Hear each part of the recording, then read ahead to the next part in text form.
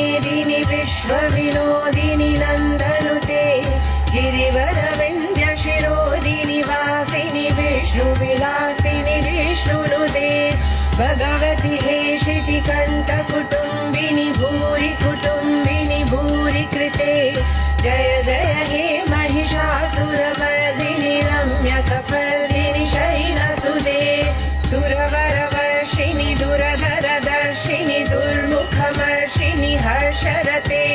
त्रिभुवनपोषिणि शङ्करतोषिणि किल्बिषमोषिणि घोषरते तनुजनिरोषिणि दितिसुतरोषिणि दुर्मदशोषिणि सिन्धुसुते